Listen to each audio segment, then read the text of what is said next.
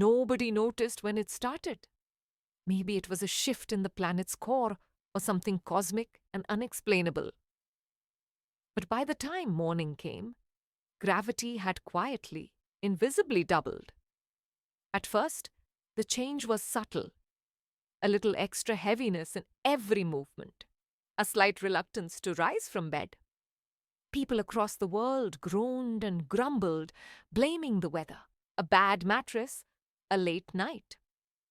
But within minutes, the truth became clear.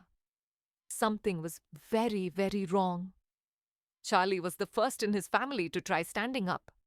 He swung his legs over the side of the bed and immediately felt as if invisible hands were pushing him down. His feet hit the floor with an unfamiliar thud, and every step was an effort, like wading through thick mud. He stumbled to the window and peered outside. The neighborhood was waking up sluggishly. Neighbors staggering down porches, kids dropping backpacks in the driveway, a delivery driver sweating as he struggled to lift a single package. Downstairs, Charlie's mother tried to pour coffee, but the pot seemed twice as heavy, sloshing awkwardly in her hands. His younger sister burst into tears, unable to lift her favorite toy off the ground. Even the family dog whined, too tired to jump onto the sofa. News began to trickle in from across town. Kids missing the bus, groceries dropped and splattered on the street, bicycles abandoned in driveways, cars straining to roll down the road. When Charlie finally made it outside, he saw chaos. Trash cans lay on their sides, mailboxes had toppled over, and his neighbor, Mrs. Evans, was stranded on her porch, unable to haul her walker down the steps.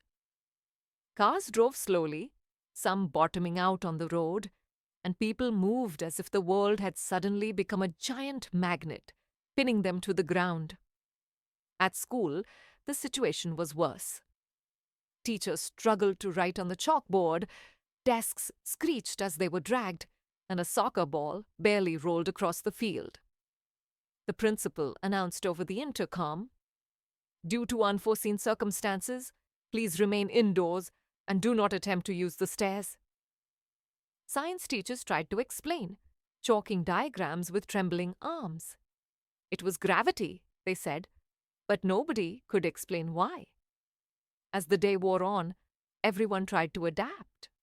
People started crawling instead of walking, finding it easier to move closer to the ground. Backpacks were emptied to reduce weight, books dragged instead of carried. Some clever students slid down hallways on makeshift boards. In the cafeteria, trays of food were passed along the tables, since lifting them was a Herculean effort.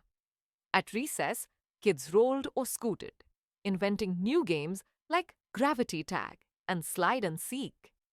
Meanwhile, around the world, bigger problems unfolded. Airplanes were grounded, unable to generate enough lift to leave the runway. Skyscrapers groaned under their own doubled weight. Engineers and scientists scrambled for answers. News anchors appeared slumped at their desks, reporting stories of bridges sagging and elevators shut down.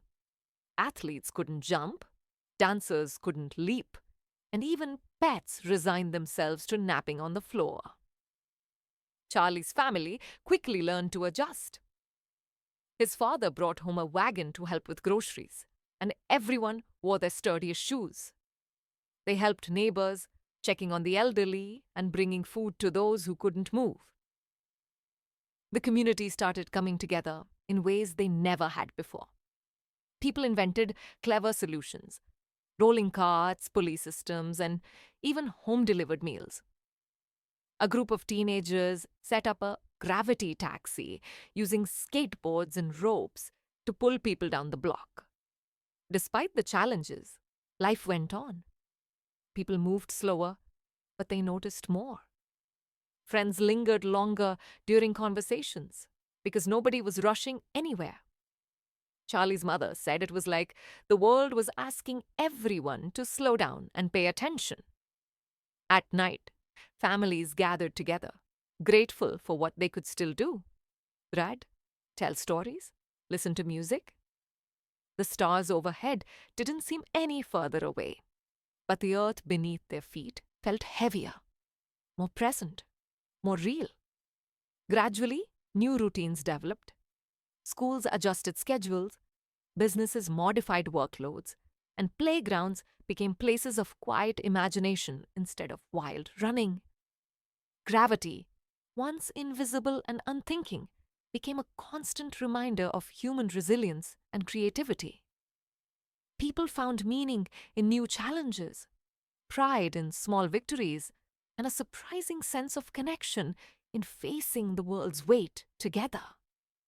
Charlie, looking out his window at the slow-moving world, realized that life was still full of possibility, even if you had to work a little harder to reach for it. And as the days passed, humanity didn't just survive the change, they learned how to carry it together.